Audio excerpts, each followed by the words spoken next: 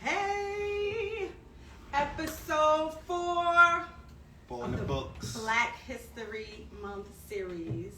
This has been fun, and I'm glad that you're joining me today. Thanks for having me. Yes, no problem.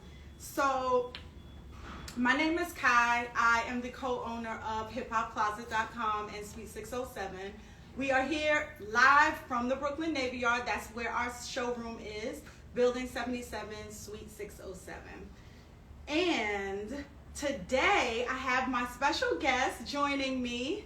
I told you it wasn't just going to be me. I was going to have some friends in the industry, and also partners that we carry in here in the showroom. So make your appointment, come pick up your stuff, order online, we ship to you. As usual, pay attention. Let's pay attention today because I'm giving away prizes. I have 4 prizes, so 4 people can win a prize today. Nice, So, nice, yes. nice. So, all right. Deshaun is the owner of Brooklyn Culture. They sell some amazing hoodies, t-shirts. We are rocking them. Hoodies, t-shirts, hats. And you've been in the business for quite a while. Yes, You've been designing. You design all your own stuff. Yes, I do. Yes, you design everything yourself. But while we were sitting here talking, I learned a little bit about you. Before you were designing, you were a makeup artist and a massage therapist. Yes. This was it's funny. I didn't think that you would bring this up. But, it's cool. So basically, back in like 2003 and 4, I was working for Estee Lauder. I started working in Rockefeller Center, and then they got shut down. They moved me to Upper West Side. So I was stock at Rockefeller, became key holder and like an associate Upper West Side. So my sales was good, but then general manager come in and is like, yo, your sales are good, but like you're still slacking. So I'm like, where? I'm like, I'm hitting all the marks and everything, the product focus. I'm like, I sat back. It's the makeup, man. You tie everything because it was skin care, body care, hair care, and makeup. So I sat back, I watched my peers, and I was like, you know what? I draw. I dibble and dabble with some paint. I was like, it can't be so hard. So when we had downtime, I had each employee that was on the floor at that time to give me a little, little tutorial, and then I'll practice on them. And then from there, like a week or so, had my business cards, and getting it. So basically what we did was we offered complimentary makeovers. Right. So we was introducing like the products. So we'd do like a mini facial and then lead into the makeup, and then that's when you do your picture, trying to have them buy everything. Yeah. So and also another gift was the massage. So we had like little massage toys and things like that. So with me, I'm more hands-on. So I would ask the customer, is it okay if I use my hands? And they was like, okay. And I got like really good response with that. So I had like one evening I was working, I had a young lady by the name of Cassidy. She came in, she's a favorite, so she was just browsing. And I was like, you want a 15-minute massage? She's like, yeah. So I proceeded, and she was like, you know what? In conversation, I have a best friend. She's about to open up her salon called Massage NYC. That was like in Midtown, I believe like 37th Street and like 8th Avenue. And she said, you need to meet her with. She said, you need to take this serious. I was like, it's only for like my own personal, use or whatever, So I was like, all right. So I took the number, ended up calling Brenda. Brenda lived in the West Side. The West Side Highway, Lower East Side. And the interview, I had to go there and massage her for an hour. So I went for the interview. So like the first touch on the neck, she was like, stop me. I was like, yo, did I choke her? Like too much pressure? She's like, nah, I can tell from the first touch, that you're good. So I proceeded. So a half an hour, she stopped me. She put me down. She massaged me and told me like to record pretty much her technique and then we switched. And then my last half an hour was me using her technique, mixing it with mine. So then from there, we locked down. I got the job, of course. So she was mobile at the time. So at the time, I had a vehicle. So I had my own chair, all my equipment, but she had the contracts. So she had sent me out like to NYU, different companies, tax prepared locations. I'll go there. And that was to do massage. Yeah. Okay. So I'll do 40. She'll pay me $40 an hour, and I'll keep the tips. You know what I mean? Because she already had like the contract. Right. And then I'll work inside the salon as well, like full time. But then I had to like go back to like doing mobile because it wasn't doing that well, and she didn't want to just have me there. But like with the makeup, like it was just solely in Estee Lauder, so that was Origins at that time. So I worked there for about like 2 years. So within those 2 years, it was makeup. So makeup, massage. Wow. It was good. It was a good experience. Yeah. You see how like massages have changed like through the pandemic. Have you seen it's like soft porn now? Have y'all seen these like wild massages? It's crazy. It's like this whole world is like a huge skit right now. Everybody want to go viral. It's unbelievable. It really is unbelievable. I had like a few people, you know, that suggested that I get back into that field, and I was like, you know, would you do it? I was Which one, the massages or the massage? Makeup? The makeup. I also so my thing is like I have like this vision where, you know, I'm doing like this huge photo shoot, you know, production or whatever, but I'm doing like the makeup. Oh wow, I'm doing the styling, you know what I mean. So I will execute on that, but like for now, like I just want to, you know, get back into practicing. Like when the whole Barbie era took over the dramatics, you know, I was strictly like just natural. You know what I'm saying? It wasn't that theatrical for me. You know what I mean? But I get the job done. You know, I got like a lot of tips, people's calling, so it was great. So I know I still have it. You know what I mean? It's like riding a bike. So how did you segue into design your own clothing line from massaging? All right. So I worked a lot in clothing stores. You know, so I did like a lot of retail. Okay. I was living in Canarsie back in 2010 and 11, and at that time there was 2 brands that was out that like really like inspired me. That like, which one? All right, so it was one called Emo-T.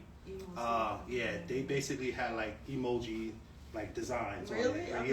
Okay. This was like back in like 2010, 2011. The second one was called Evolve, right? And they basically had like an upside down heart with like wings on the side. I just thought that was so fire, you know? So when I had, you know, I made my purchase, I'm rocking it. So I was like, yo, I need something for myself, you know? Right. So at the time I wasn't thinking brand, clothing brand, nothing. I'm not a fashion designer, you know, I just, you know, growing up just like to look good. That was like my thing. I didn't really follow too much brands and things like that. But I was a creator. I was like, I want to create something for myself. Heart of Brooklyn came about. So Heart of Brooklyn was basically like a concept that I had for the boroughs. So it was going to be Heart of the Boroughs with that heart-shaped design. Right, that's this one here. You have one? I think, I thought I had one here. I have my jacket. There's one on the T-shirt over there. Oh, okay, yeah. We're gonna grab that. But yeah, go ahead. So it was the heart shape and just landmarks of each borough within that heart shape. You could actually show it to them because you're closer. So right, this is it, the Heart of Brooklyn. And then they can see it up close. So unfortunately, Heart of Brooklyn was the first design completed out of the 5 boroughs. I'm currently revisiting the 4 boroughs right now to complete the whole 5. What borough are you doing next? It's going to be Queens. Queens? I'm going to do Queens. I'm going to do Queens. Why Queens? Oh, look. I see it's like, Queens. Why Queens? Not for nothing. I had like a love-hate relationship with Queens, like growing up, like when in high school.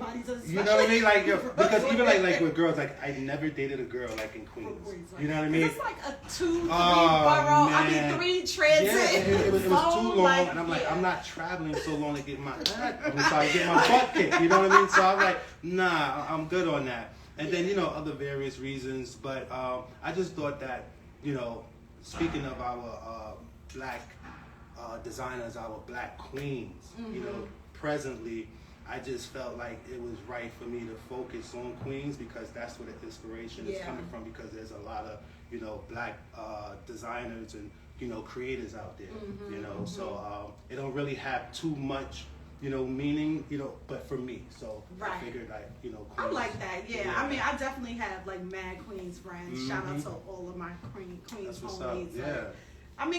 Because Queens is connected. It's right there. It's right just there. that it has so many places that's like deep where like I would never live there. Right. I would never live there. No, like, I'm sorry, Queens. I'm sorry. I wouldn't do it. Right. Yeah. It's too far. It's a little too far. I mean, but this place is in Brooklyn that will take you literally an hour to drive. It's Brooklyn, to. though. And it's Brooklyn. I'm still at home. I'm still home. I'm still home. True. So okay, so developing the line.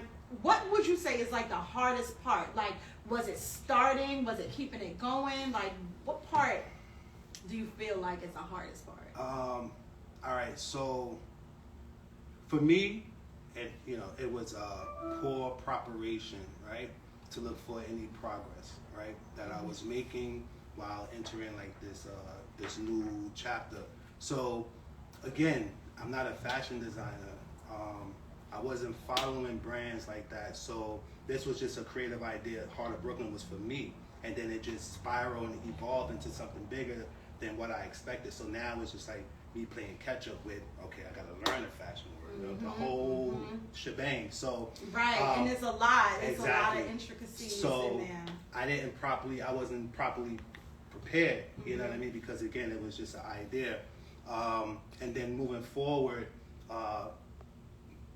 The passion was there as far as like the creativity, but like business wise and everything, it wasn't really there because again, I just saw it as something for myself, and then I saw like friends and associates, picking up on it. So I was like, okay, let me see where this goes. I feel like that's like most entrepreneurs, and like we have this idea and we just kind of jump out of the window with no parachute. We're like in the parachute as we're going down, but like winging it. Because when we first started, I had to buy a computer. Like I didn't even have a computer when my brother came to me with the idea. I bought this computer. I was still working as an engineer in California. I started doing all of this research, and I didn't even know like how to design a website. Digital cameras weren't out, so we were literally and I was on the West Coast and my brother was on the East Coast. Gotcha. So he would take the pictures, get them developed, and mail me pictures that I would scan in and put on the website. Wow. And it was like all of these processes we had to just develop on our own. There was nobody like telling us what to do. The internet wasn't as Google wasn't even there. It was Yahoo. We had a Yahoo store because they were the first ones. Luckily, they did have drag and drop. Yeah, drag and drop. So I didn't have to know HTML or anything like that. It was just basically uploading the picture. But there was a lot to like learn about how to come up in the searches and stuff like that. And I feel like that was my engineering brain that was able to focus in on that type of thing. Perfect.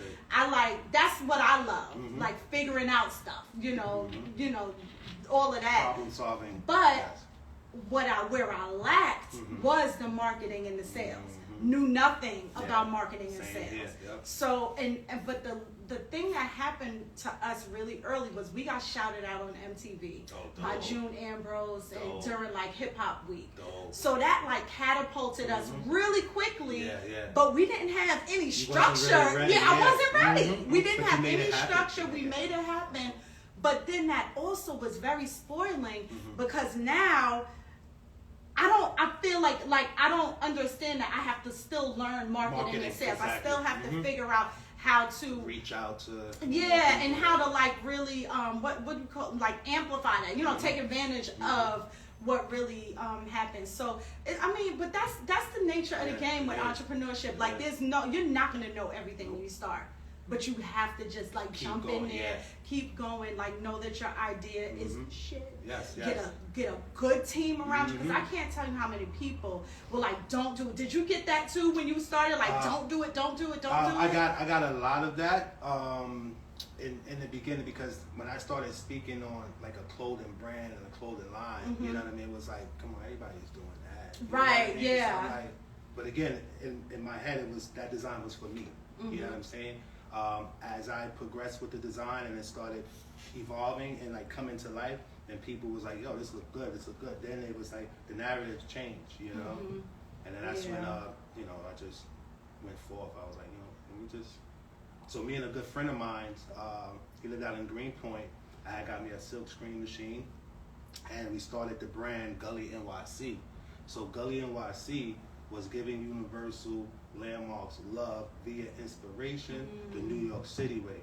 So that basically was the brand solely was to pay homage to the 5 boroughs of New York, hence heart of Brooklyn, heart of the boroughs. You know what I mean? So the brand was gonna, I was gonna create like just a nostalgic, you know, reference, you know, because we're going into a lot of, you know, the gentrification. So a lot of buildings that we grew up with are either like destroyed or, you know, renovated, you know, so it's not recognizable, you know what I mean? Right. And then like the youth right now, they don't know, they just know what they see now. So for me, the artwork in Heart of Brooklyn is, you know, some landmarks that aren't there, you know what I mean? So it's just like a history point. And the crazy thing is that the QR code that was 2013, it was going to be on each t-shirt. So if you was rocking the Heart of Queens, that QR code would go straight to the Queens merchandise. You know what I mean? It give you history of Queens. You know what I mean? So that was my vision. It didn't take off. So then fast forward, we in a pandemic, and the QR code popular because the restaurants didn't. I said, you know what? Let me just jump on right now. Yeah, It was. I mean, I got so many designs. I've been sitting back and I'm just watching other creators just create because I wasn't executing. I mean, let me just go for this. You know what I mean? And I just, you know, just started putting it on the current clothing round for the website purposes. You know what I'm saying? Out of all of your designs, what are your top 3? That would be Heart of Brooklyn, Back to the Culture, and then the old school design. Okay, so those are the ones you led with for BK, Brooklyn Culture. Yes. Yeah, okay. Those are all nostalgic. You know, I'm an old school dude. Yeah. You know what I mean? From the 90s era. Grew up, you know, all throughout Brooklyn. You know, was born in Brownsville, lived in Red Hook, Fort Greene, Canarsie, Flatbush, Crown Heights, you know, so the Heart of Brooklyn was just like a piece, you know, you could, each neighborhood that I bounced from was like a piece that I was taking. Then fast forward 2000, you know, 10 or 12, Heart of Brooklyn came about. So yeah, it was a pretty good journey, you know. Yeah, what are your so out of your 90s, like what does fashion like mean to you? Like, you know, through the years, like it's changed, but it stayed the same at the same time. Like, I might get a little philosophical. Big Leo energy. Right? So I would say, all right, fashion is like cement mix, right? The designers are the water. The bricks, each brick is like laying the foundation to the culture. So in essence, you know, all designers, creators come together collectively, you know what I mean, to inspire this fashion culture because the present, you know what I mean, in the future because we are inspired from the past, you know what I mean. So it's just an expression, it's a togetherness, you know, because the togetherness is like inspired from other creators, and then you start creating your own. You know what I mean? So it's just a representation, you know what I'm saying, of what you experience, you know, the environment, you know, and your peers, around your peers. So what are your favorite trends like in fashion?